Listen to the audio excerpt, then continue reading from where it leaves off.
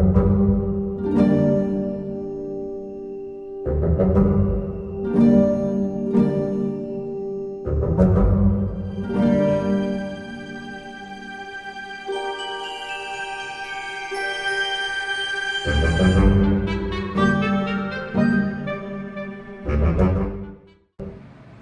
what's up, everybody? It is day 8 of 3131, and today the movie is Paprika. So I just finished watching it again. It's been a long time since I've seen this movie, and it was one of those movies where I was like, I saw the visual style, and I was like, I think I want to see this because it's really, really fucking creative. And I think when I first watched it, I had kind of the reaction to it that I was like, what the fuck was this fever dream? Like, what the hell went on and everything that happened in? And I think that throughout the years, I definitely understand this movie a lot better, and it hits like really close to home with a lot of things that happen in this movie. So what is the general movie about? And looking at this, I really need to shave.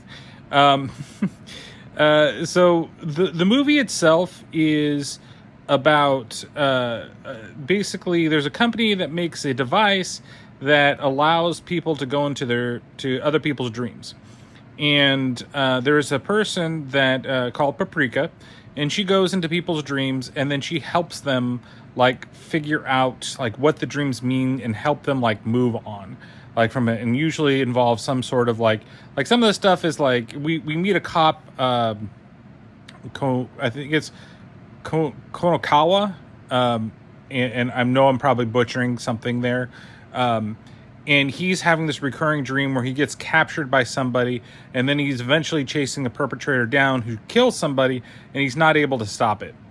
And she's trying to help him figure out what's going on with that, and to help him get over that hump and actually finish the dream and get to the real ending for him. And so you get kind of a glimpse of what it is, and it's a really cool opening scene because you get basically kind of like what the world is going to be about, and in general what the movie is going to be about. And then you go, and you go into the real world where you meet Tokita and you meet Chiba, and you meet the rest of the scientists that are all behind it, including the old bald guy. And then the chief in charge of the whole project with it, and another scientist named Onsai. And you basically find out that 2 of the devices were stolen, and that they think it's an inside job, but they are afraid of what it could do, right? That if somebody really, manipulated it enough, that they could go into people's dreams whenever they wanted, even if they were awake, and kind of alter everything and change everything. So they call it like a dream terrorist that's going on.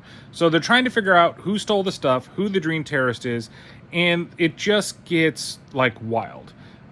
Visually, this movie is fucking stunning. It came out in 2006, and it just still looks fresh today. It's available on Tubi right now, so if you have Tubi, please do yourself a favor and watch this movie, because like the movie even gets me super emotional. Now, where does it fit in the horror genre? Because it's considered part horror, and it took me some time, and it definitely has some horror themes in this movie. It's got some parts in it that definitely, especially when you get into the person that's controlling everything and all the creepy, crazy stuff that he does. But a lot of it has to do with, I think, the imagination that kind of goes with everything, and like the horror that somebody could manipulate you and into doing what, in manipulating your dreams so that they control everything that you do, right? Because the big turning point happens towards the beginning of the movie, so I'm not like really spoiling anything, where like they're talking about, oh, well, if this thing got stolen, what could happen? And then the head, the old bald guy, he starts all of a sudden starts talking about this parade and all this stuff, and then he jumps out the fucking building and almost kills himself. And he's stuck in this dream, and then Paprika eventually has to go in there and save him. And then that starts like a downhill story of, who exactly is doing this, why are they doing this? And there's some really creepy little scenes, especially with dolls. If you don't like dolls, there's going to be a lot of creepy things with dolls in this movie. But just the imagination, like the parade where it's all these different like weird dream things all together with like dancing frog or music playing frogs and dancing people.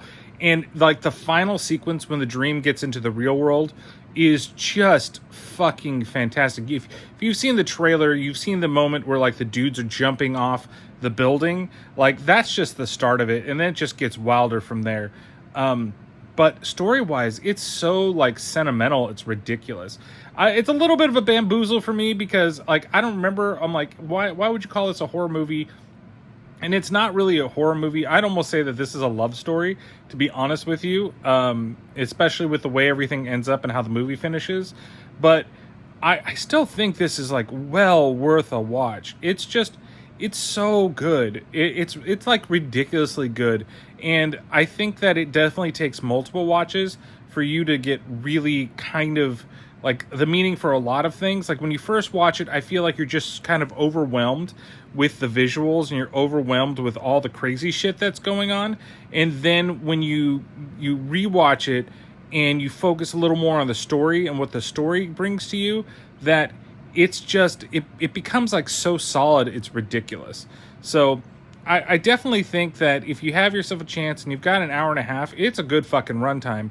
Sit and watch Paprika, man. It's like that is the movie that is going to be hard to beat, I think, in this whole thing. And this is definitely something that's a little more family friendly. Yeah, it's still anime, so there is some nudity that's in there. If you're okay with the kids with that, I think that it's fine. I think that there's enough of a creep factor that some of the things are going to be kind of shocking, but it's not going to be like overtly done, and it's not gory and bloody or anything like that. It's just more of like a psychological type of thriller type of thing. And then there are some situations in it that can be a little rough, but again, it's nothing that's like super gory or anything like that.